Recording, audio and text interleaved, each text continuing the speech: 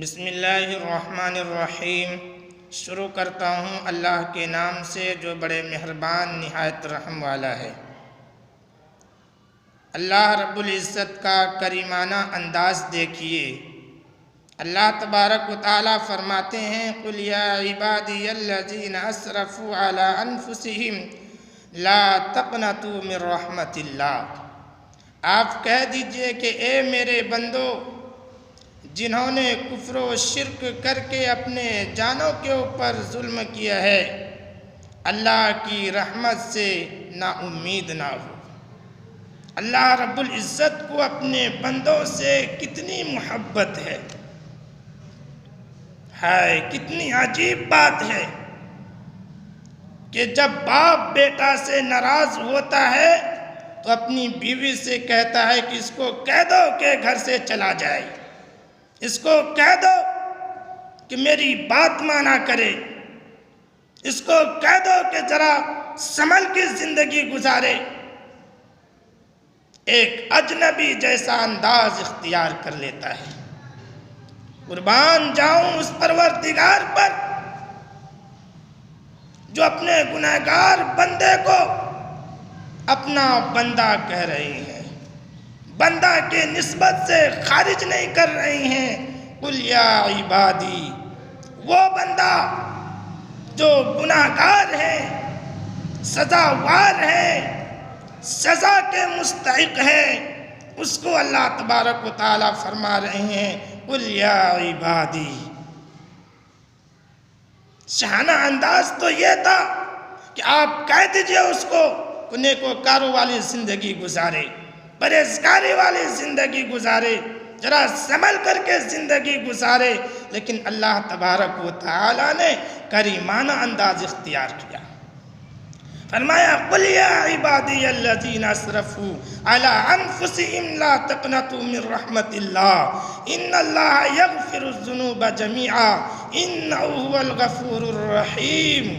آپ کہہ دیجئے جنہوں نے کفر و شرک کر کے اپنے جانوں کے اوپر ظلم کیا ہے، اللہ کی رحمت سے مایوس نہ ہو، اللہ تبارک و تعالی تمہارے گناہوں کو معاف کر دے گا، اور اللہ تبارک و تعالی بخشنے والا، رحم کرنے والا ہے۔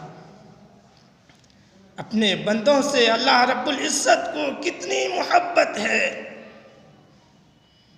حافظ قیم رحمۃ اللہ علیہ فرماتے ہیں کہ میں ایک گلی سے گزر رہا تھا،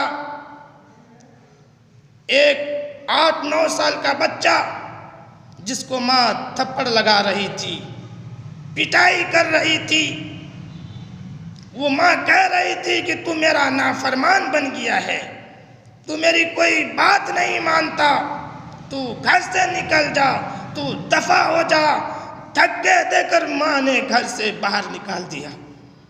حافظ قیم رحمۃ اللہ علیہ فرماتے کہ میں یہ سارا منظر دیکھ رہا تھا کہ وہ بچہ تھوڑی دیر تو وہاں پر روتا رہا، پھر اٹھ کر کے وہاں سے چل دیا اور جاتے جاتے گلی کے اس موڑ تک گیا، پھر وہ بچہ واپس آ گیا اور اسی دہلیز کے اوپر اپنا سر رکھ کر کے سو گیا۔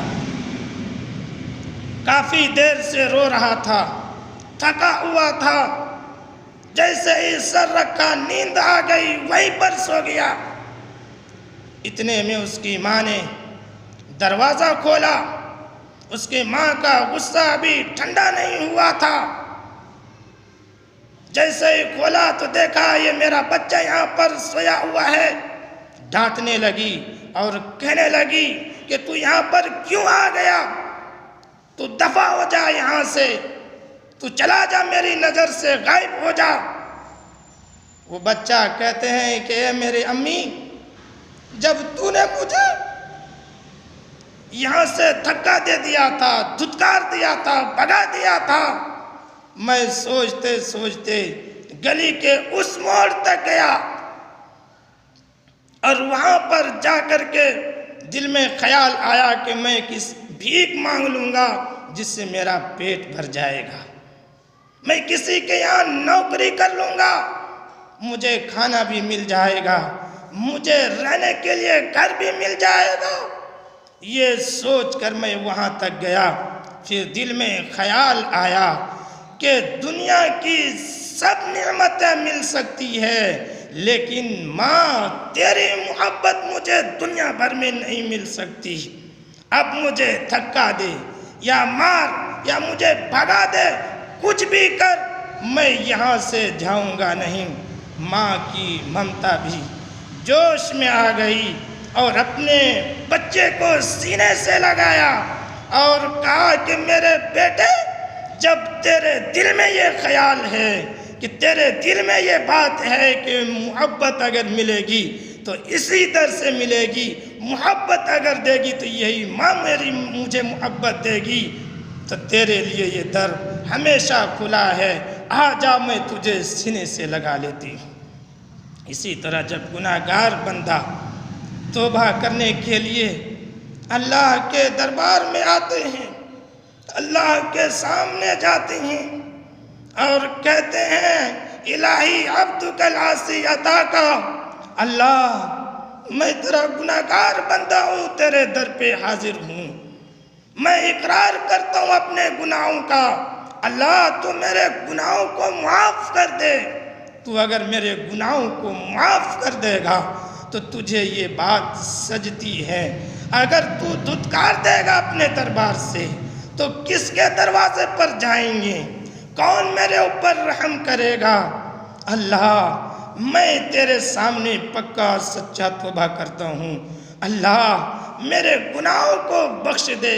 جب انسان اس طرح توبہ کرتا ہے تو اللہ تبارک و تعالیٰ بھی اپنے رحمت کے دروازے کھول دیتے ہیں۔ اللہ تبارک و تعالیٰ ہم سب کو پکی سچی توبہ کرنے کی توفیق عطا فرمائیں اور گزرے ہوئے زندگی کو آنے والا زندگی کا کفارہ بنا دیں، اور گزرے ہوئے وقت کو آنے والا وقت اس سے بہتر بنا دیں۔ اللہ پاک سچی توبہ، پکی توبہ نصیب فرمائیں۔ میرے چینل کو سبسکرائب کیجئے، لائک کیجئے۔ وآخر الدعوانا الحمدللہ رب العالمین۔ السلام علیکم ورحمۃ اللہ وبرکاتہ۔